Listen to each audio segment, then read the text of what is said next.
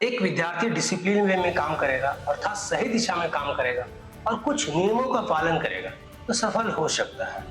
पहला, खुद का टाइम टेबल बनाओ। ये कहते हुए मुझे गिलानी भी महसूस हो रहा है कि विद्यार्थी को बोला जाता है कि आप खुद का टाइम बनाओ। आप सपोज सोचो कि क्या किसी किसान को हम बोल सकते हैं खुद का टाइम बनाओ, उसके बाद हल जोतिए, उसके बाद फसल को लगाइए? नहीं, वो अपना काम कैसे कर रहा है? सिंपल सी, तो जब एक किसान अपना काम कर रहा है या कोई वर्कर अपना काम कर रहा है तो विद्यार्थी जीवन में आखिर ऐसा क्यों कि आपको रूटीन बनाना पड़ रहा है? अरे आपका काम ही है पढ़ना, आप पढ़ो ना, रूटीन बनाना क्यों? फिर भी अगर नहीं आप पढ़ रहे तो मैं कह रहा हूँ रूटीन को फॉलो करो बना करके। प्रत्येक दिन टारगेट बनाओ और उसे रात तक पूरा कर लो। आप अगर टारगेट बनाओगे तो अगर और उसी हिसाब से आप अगर प्रत्येक दिन कंप्लीट कर लोगे तो आप ज्यादा से ज्यादा चीजों को अचीव कर सकते हो। और अगर टारगेट नहीं रहेगा, बस हाँ हम पढ़ रहे हैं, चल रहा है, तो ऐसे में कोई रिजल्ट नहीं हो पाएगा, ना ही आप एक आपसे बेहतर रिजल्ट का, उम्दा प्रदर्शन का उम्मीद भी किया जा सकता है। सब्जेक्ट को समझने की कोशिश करो और छोटा छोटा नोट्स बनाकर तैयारी करो। एक्चुअल होता क्या है, जैसे आप एक चैप्टर आपके क्लास 9 में फ्रेंच रेवोल्यूशन, ये काफी कॉम्प्लिकेटेड चैप्टर्स है।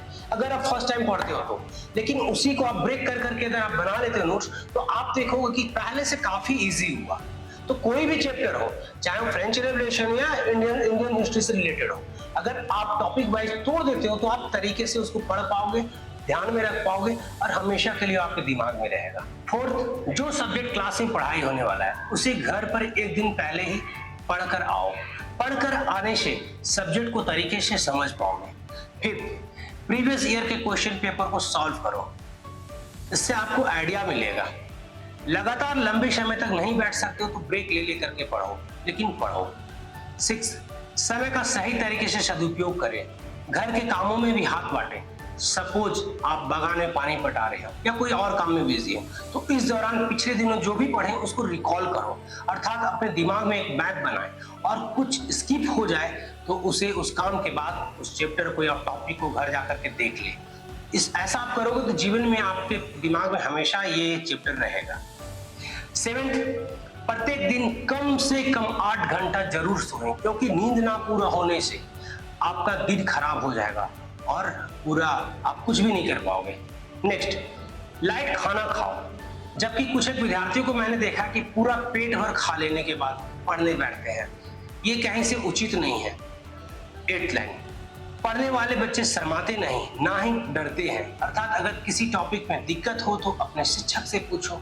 वो कहा गया ना कि डर के आगे जीत है। माउंटेन ड्यू पीते हो ना।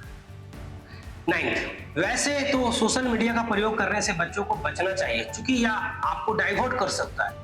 किंतु अगर आपको लगता है कि सोशल मीडिया पर समय देना जरूरी है तो शाम 5:30 से 6 अर्थात एक समय फिक्स कर दो, आधे घंटे से ज्यादा मत दो, क्योंकि समय बहुत मूल्यवान है।